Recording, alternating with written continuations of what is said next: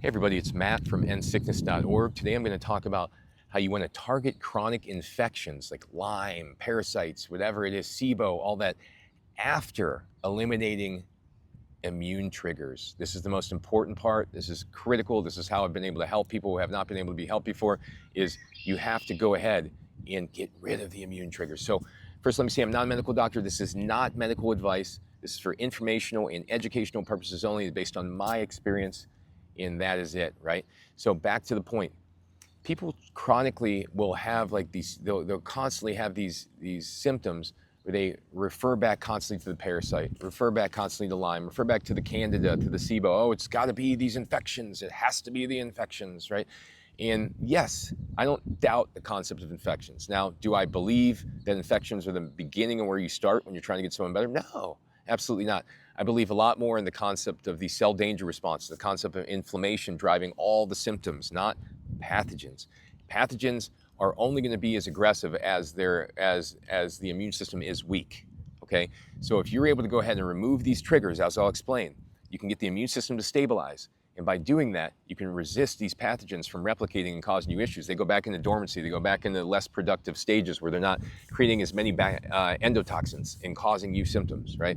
And at the end of the day, less endotoxins, less irritation by your own immune system. And they're the ones, once again, the immune system, the cells, the mast cells specifically, that are causing your symptoms, not the infection, okay? So back to the point.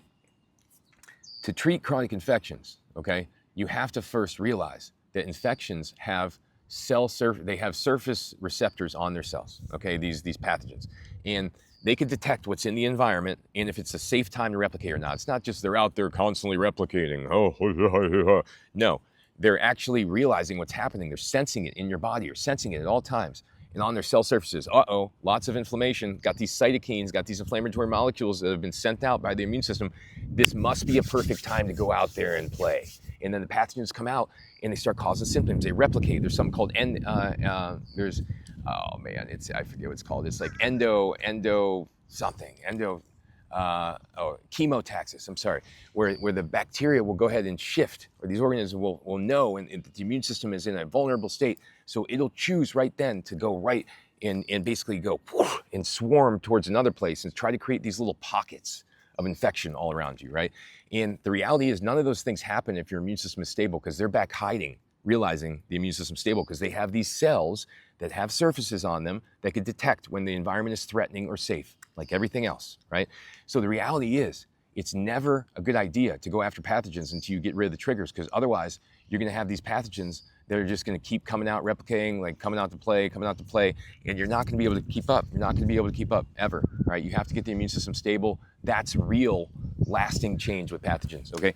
So back to the point. The main triggers are going to be in your food, in your environment, in your stress, in your emotions, your behaviors, those things, right? So you want to examine, number one, the food. Am I eating gluten? Am I eating too much meat? Am I eating meat twice a day? You know, am I eating eggs, nuts, seeds, dairy, processed foods? Am I eating these things? Honestly, am I eating these things? If I am more than likely contributing to the chronic illness, okay? What you want to focus on is starting with the elimination diet.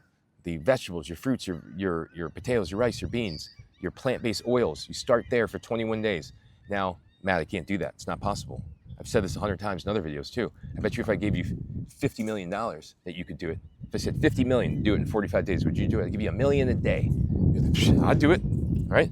But you won't do it if it's for your health, to overcome this illness, this chronic ailment that you've dealt with all your life, that you're so sick of dealing with, that you'll do anything to beat, right?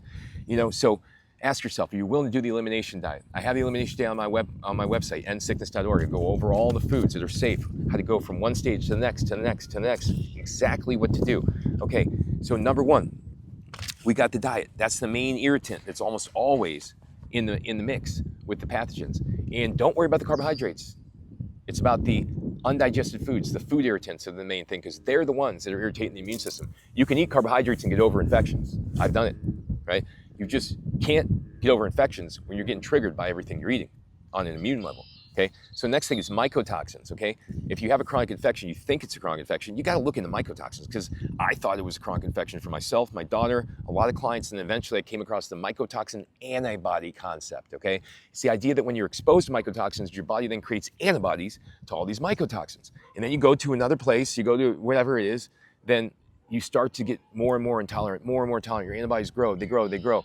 And the reality is this is happening across the board with so many people, and they think it's chronic infections, they think it's SIBO, they think it's Lyme, they think it's parasites, they think it, like myself, and they buy into that when in fact it's the mold the whole time. It's been the mycotoxins the whole time, right? So that is something to consider, especially if you don't have a brand new building you're living in, right? So the last thing is emotion, stress. All these things can really wipe the body out. You know, whenever I was traumatized, I had something reminding me of some trauma in the past, it would wipe my body out, it hit me in the stomach, make me feel exhausted. I would just not want to do anything.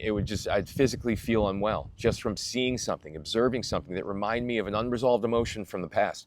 All these things feed into your immune response. Your immune response dictates how much you're resisting the pathogen, okay? Once you get these triggers out of your life, you're willing to see that your connection, your role in all of this, you know, once you do these things, you get moving in that direction, you get stable, you're not flaring, you're on a consistent, you know, consistently doing okay, but not over it, right? Then at that point, let's talk about some antimicrobials, some immune stimulants, some things to boost your immune system to get rid of it on its own first. And you do that for an extended period of time. You try doing your zincs, your beta-glucans, your selenium, your colostrum, your astragalus root, your AHCC, your other other mushroom extracts. There's other things, plenty of other things that are immune stimulants. You focus on those things first. See how far you can get with those, because most of those modulate the immune system on the other side, the mast cells on the other side. See how far you can get with that, combined with the diet, the right environment, working through the emotions, brain retraining, neural retraining, etc. Focus on those things, okay? Once you get those things set up, along with your immune stimulants, your prebiotics, your binders, you're not going to need antimicrobials. You're going to let your immune system and your body do it on its own. If you want to go with the antimicrobials, guess what?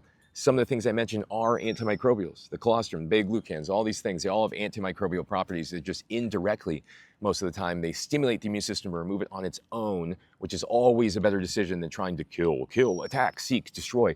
That's not what we're trying to do. That's old way of thinking. That's old, traditional, antiquated way of thinking. We're talking about modulating the immune response, getting rid of the irritants, and then send the natural killer cells, the macrophages out there to seek and destroy and get rid of all the things so we could retain the progress. Because when they get rid of it, they remember it. So when they see it again, they keep getting more and more efficient at getting rid of it. That's not how it works with oil of oregano and all these other things. It doesn't work that way. So thanks for watching, everybody. I got hundreds of videos. I'm going to be doing videos till I die every single day trying to help people. I got hundreds of articles on my website. Thanks for watching.